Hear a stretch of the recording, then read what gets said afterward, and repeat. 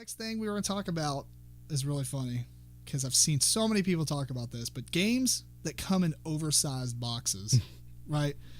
We'll probably talk about this real quick, but basically board games, sit on the shelf, you buy a board game or you pick it up and you're like, wow, that doesn't come with much. For example, Splendor comes with an amazing insert, but this box is literally like 10 inches by like 6 inches or something, and it's like 4 inches deep or 3 inches deep. It's a big box. It's a good, it's not Ticket to Ride style size, but it's like, slightly thinner. And you take the insert out and all that stuff fits in the corner. Yes. Now, does that irritate you? Or what do you feel?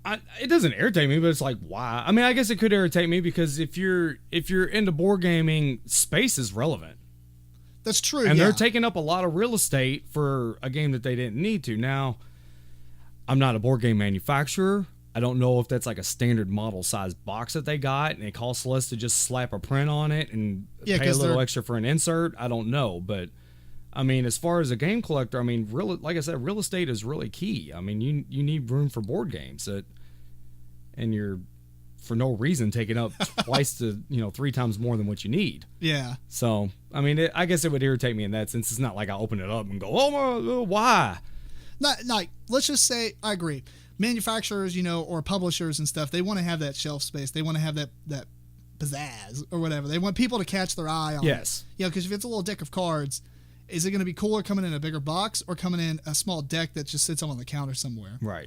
Now, I mean, that has its benefits too because that's kind of impulse buy territory. Right. But for the most part, it doesn't really bother me until, I start getting 500 games. Yeah. And then it's kind of like, oh, I don't really want to keep this game because I could really just take it out and put it in a smaller box. Right. Maybe if an expansion comes out, I'll shove it all in that. But, I don't know. I understand the need for it. It's not really that big of a deal if I buy a game that comes in an oversized box.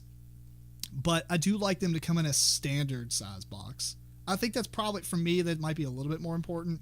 For instance, like Ticket to Ride style, the square. Right. 12 by 12 or whatever it is. Like, if Splinter came in that, it'd probably be way more ridiculous. Right. But I'd rather a game come in a box size that a lot of games are coming in because it's easier to put them on your shelves and stuff and make it look nice. Right.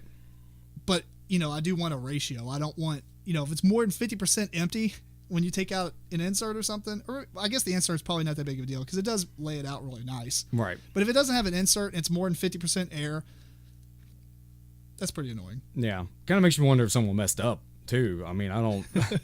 Or, I mean, I guess they could have prepared for expansions too. That's true. I'm sure that happens sometimes. There's a lot of people though that'll keep their expansion boxes. So right.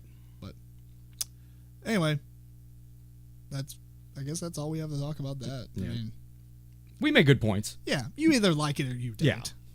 Yeah.